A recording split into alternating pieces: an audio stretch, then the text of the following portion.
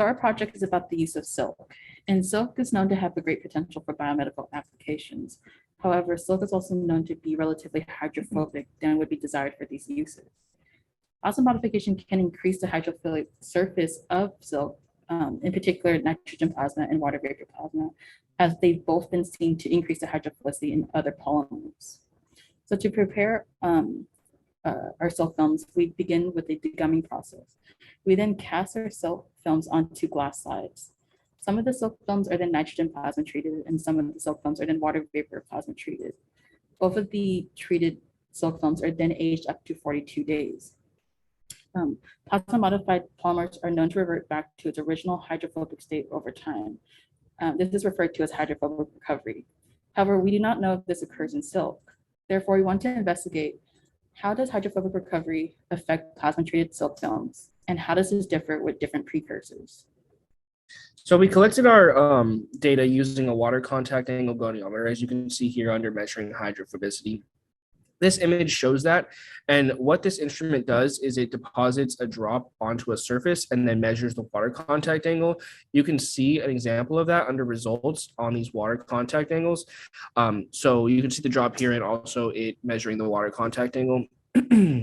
If you focus on our graph, you'll see water contact angle versus time. The water contact angle relates to the hydrophobicity. So a higher water contact angle refers to a more hydrophobic surface, and a lower water contact angle means it's more hydrophilic.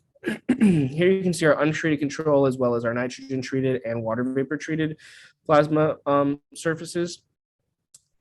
You can see an initial significant decrease in both samples, both treated samples, by comparing it to the untreated control.